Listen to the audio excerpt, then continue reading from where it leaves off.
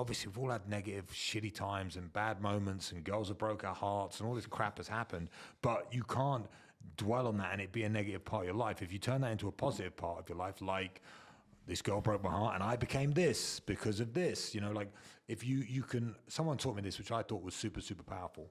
I had this is woo-woo right now. This is woo-woo. Love it. Go. I had a really bad altercation, let's use that phrase, with someone.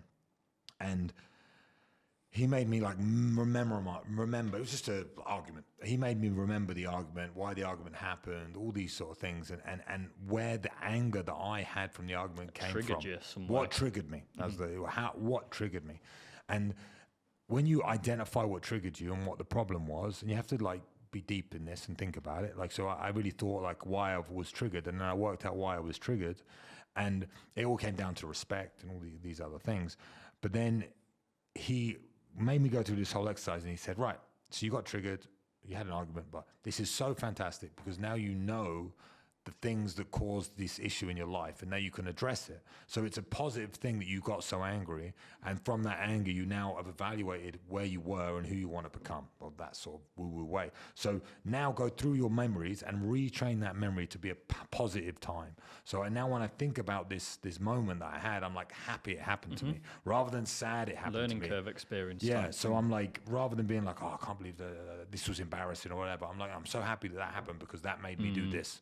Yeah. And I've repurposed that memory in my mind, so it brings me power and it makes me better. So it's why would I go through memories in my brain that make me feel bad? Yeah. You're running away from it or moving towards it. So I think you can do that, and you can. So it's again, I'm not lying to myself about what happened. The same thing happened to me. I'm just having a different perspective on that thing that happened to me, and I think it's just such a powerful woo-woo exercise that makes therapy's good. Yeah. I mean, in a way, I don't know, but it depends on the therapy. I'm not but I'm just saying, if you can repurpose negativity in your brain, not other people. We talk about our circle, and our circle is so good because it reinforces the negativity or the positivity that you are putting into your brain. The supercomputer that is your brain is how you're going to live your life, right? So if you're still talking to yourself negatively, your internal dialogue is, I'm not good enough, or I'm this, or then you're never going to move forward in your life.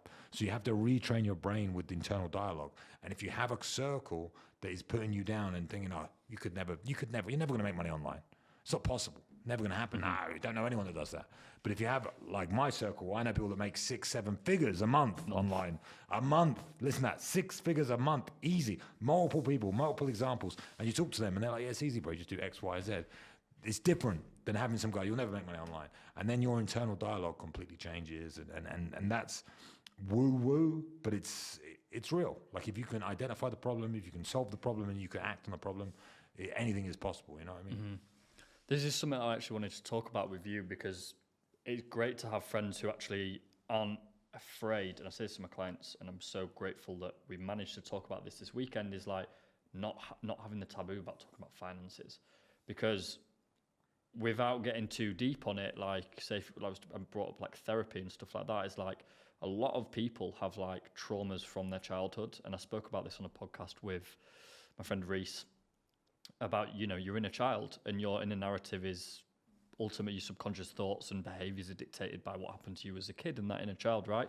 And a lot of them are for a lot of people, financial traumas, not, shunning my parents. There just wasn't a lot of money growing up, but they delivered me everything. Very grateful in my childhood. But I know some of my spending habits through my 20s were as a result of having certain financial traumas around things. And a lot of, if you look at what the biggest stresses are in guys of why they maybe make certain decisions, I'm not saying everyone should go to therapy, but like we said, have you got that point to check in with yourself, you doing your morning routine? Think about the causation, the reasons behind why you do certain things, why you think certain ways.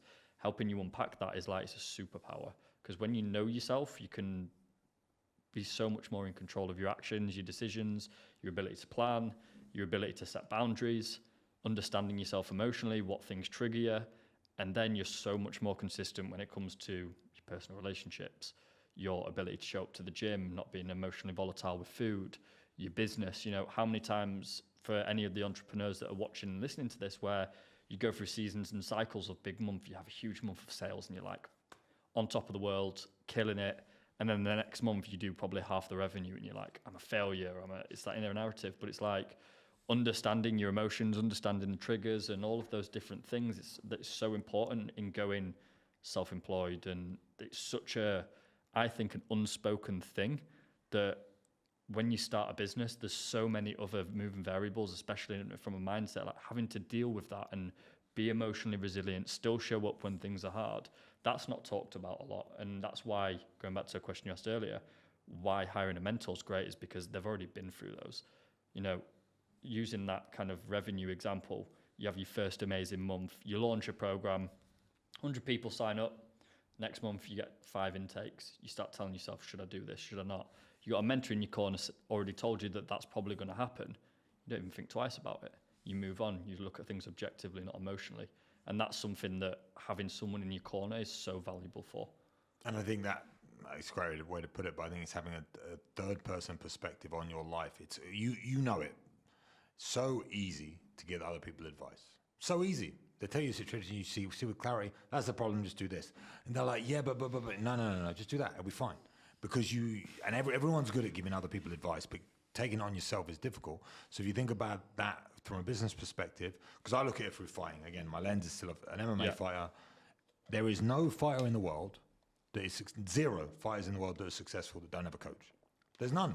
There's no fighter in the world that fights in the UFC that does not have a coach. There's not one.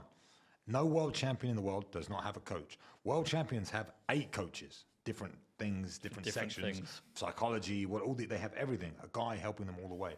And through when you're fighting, you're the guy in there, but you have 3 people in your corner telling you information that you maybe can't see.